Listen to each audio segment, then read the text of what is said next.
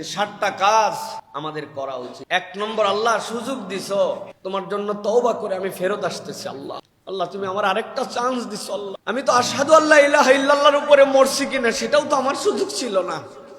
কারণ ওই সময় তো আমি চিৎকার দিচ্ছি, হায় হায় কি হলো কি হলো। ওই সময় যে আশহাদু আল্লা ইলাহা ইল্লাল্লাহ পড়তে হবে, এটা অনেক ইমানদার যদি বলিষ্ঠ ইমান না থাকে হবে না। আমি তো আজান দিচ্ছিলাম ওই সময়, আল্লাহ আমি তো বুঝছি শেষ হয়ে যাবো।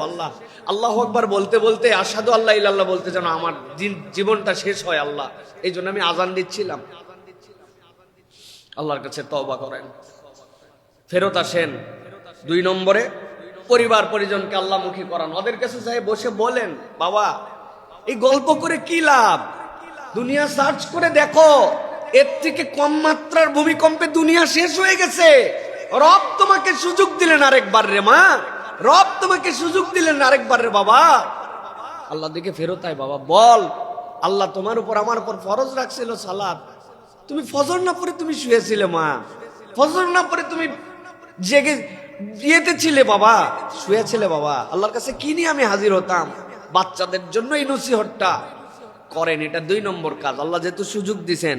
3 নম্বর, হালতটা ইস্তেগফারে নেন, আল্লাহর কাছে ইস্তেগফার করেন বেশি বেশি, এতে আল্লাহ রাব্বুল আলামিন খুশি হবেন, আমাদের মর্যাদাও বাড়বে। 4 নম্বর, প্রত্যেকে এক্সট্রা কিছু দান সাদাকা করেন, এক্সট্রা যার যেখান থেকে যতটুকু আছে extra. Allah you give me another opportunity, তুমি আমাকে আরেকটা সুযোগ দান করছো আল্লাহ, এই জন্য আমি তোমার জন্য সাদাকা করলাম। দিয়ে দেন 1000 2000 5000 10000 1 লাখ 2 লাখ 1 কোটি দিয়ে দেন। কি হতো কি হতো, ব্যাংক কে দেখতে যেত, ব্যাংকের ব্যালেন্স আপনার কে দেখতে যেত? এটা একটা মৃত্যু পুরি হয়ে যেত। ওই ব্যাংক দেখার মতো সময় থাকতো না, দাপট দেখার মতো সময় থাকতো না। আল্লাহর জন্য সাদাকা, রাজি আছেন? 5 নম্বর, আল্লাহর কৃতজ্ঞতা আদায় করেন, আল্লাহর কৃতজ্ঞতা আদায় করেন। আল্লাহ রাব্বুল আলামিনের জন্য হাম করেন, টার্গেট করেন, আল্লাহ আজকে দিনে অন্তত পক্ষে 1000 বার আমি আলহামদুলিল্লাহ পড়বো। আল্লাহ 1000 বার মিনিমাম। আল্লাহ দিল থেকে ভেবে ভেবে, আল্লাহ কি হতে পারত, তুমি আমারে কি হেফাজত করলে। 6 নম্বরে, আগামীকালকে সুযোগ থাকলে একটা নফল সিয়াম রেখে দেন। আল্লাহ তোমার জন্য আমি একটু রোজা রেখে দিলাম, আল্লাহ তুমি আমাকে আরেকটা সুযোগ দিছো। আল্লাহ প্রত্যেকটা ভূমিকম্পের পরে আফটার শক আছে। পৃথিবীর ইতিহাসে যত বড় বড় ডেঞ্জারাস বিপর্যয় হয়েছে, মূলের থেকে আফটার শক, সেটা কিন্তু ভয়ঙ্কর। আল্লাহ সেটার থেকে আমাদেরকে তুমি হেফাজত করো।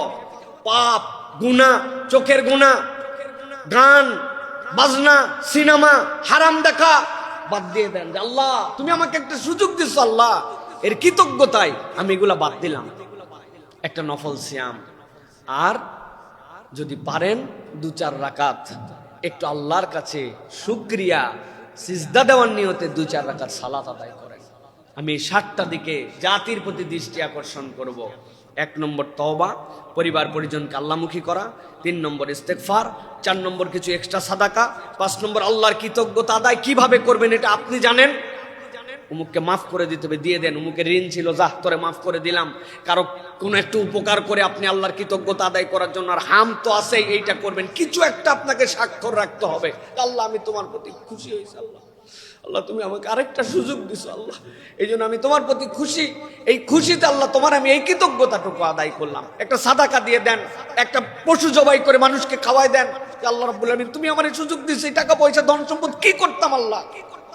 আর নফল একটা সিয়াম রাখার জন্য চেষ্টা করেন, আর কিছু এক্সট্রা সালাত আদায় করেন আজকে অন্তত পক্ষে। আল্লাহ তুমি আমার এই সুযোগ দিছো, আল্লাহ আরেকটা সিজদা দেওয়ার, আল্লাহ তুমি আমার আরেকবার মসজিদে আসার মতো তৌফিক দিছো। আল্লাহ এই জনপদের জন্য দোয়া করেন, নিরাপত্তা। আল্লাহ তুমি এই জনপদকে তুমি আমাদের জন্য নিরাপত্তা করে দাও।